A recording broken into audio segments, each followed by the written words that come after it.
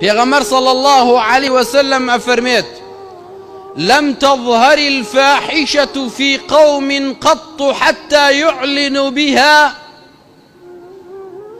هر کاتێک زینا و داوێن پیسی لەناو قەومێکا بڵاو بێتەوە و بە ئاشکرا ئەنجامی بدەن، إلا فشى فيهم الطاعون والأوجاع التي لم تكن مضت في أسلافهم الذين مضوا، إلا خواي پروردگار دو بەڵایان بۆ نێرێ.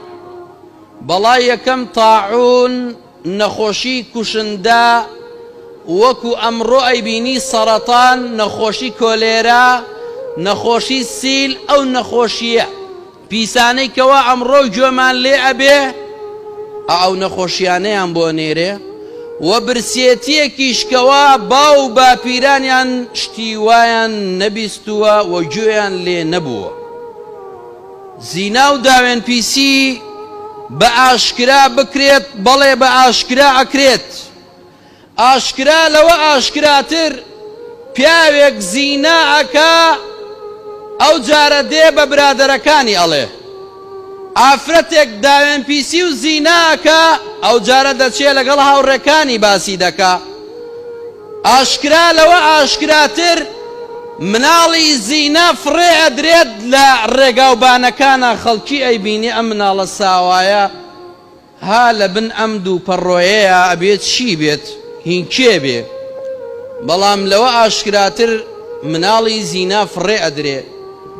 باشە ئەی بۆ پرسیار ناکەن بڵێن ئەم نەخۆشیە کوشندانە بۆ جاران نەبوو ئیستا هەیە؟ ئەو برسێتیەی کەوا ئەمڕۆ ئەیبینی کابرا تێر نابێنە، چی ئەخوا برسێتی پێناشکێ، چەندێ پارە سرف ئەکا پێیان ناگەیە. بەڕاستی مەعیشەت زۆر قورچە، زۆر گوێمانیش لەم خاڵە بووە.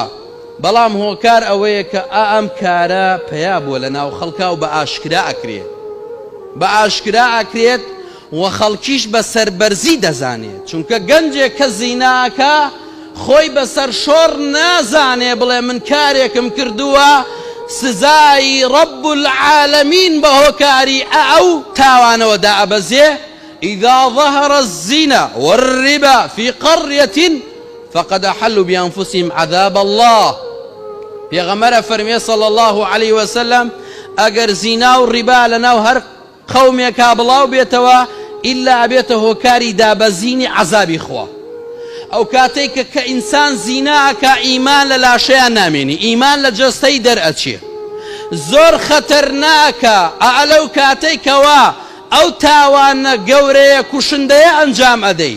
چونکە ئەگەر بێت و بە قورئان و سنەتەکانی ڕەسوول الله ئیش بکرێ، ئەو کەسەی کەوا زیناکە ئەگەر گەنج بێ ئەبێ 100 جەڵدەی لێ بدرێ بە بەرچاوی ئەو خەڵکەوە بۆی فەزح بێ، ئابڕووی بڕوا بڵێ من جارێکی تر ئەو کارە ئەنجام نادەم. ئەگەر پیاوێک ژنی هێنابێ و ئافرەتێک شووی کردبێ، ئەگەر تەنیا ڕۆژێکیش لای پیاو بێ و ڕۆژێک ئەو ژنەی لابێ، ئەبێ ڕەجم بکرێ، ئەبێ ڕەجم بکرێ بە هۆکاری ئەوەی ئەو تاوانە قێزەونەی ئەنجام داوە، بۆ ئەوەی کەوا خەڵکی جارێکی تر ئەو کارە ئەنجام نەدەن، ئەو جارە خەڵکی بزانن، ئاگادار بن ئەمە بەڵای تاوانی زینا، تاوانی داوێن پیسیە. ئاگادار بن هەر کاتێک ئەو تاوانە بڵاو بێتەوە عەزابی خوا دائەبەزێ. عەزابی خوا لە نەخۆشی، عەزابی خوا لە برسێتی. بەڵێ لە ڕۆژگاری ئەمڕۆیە ئەبینین زۆر لە ماڵەکان هەیانە نەخۆشی کوشندە، سەرەتان، نەخۆشیە کەوا چارەسەر ناکرێ لە وڵاتەکانیشە، نەخۆشی دڵە، نەخۆشی کۆلێرایە، نەخۆشی سیلە، ئەنواع بڵاو بووەتەوە.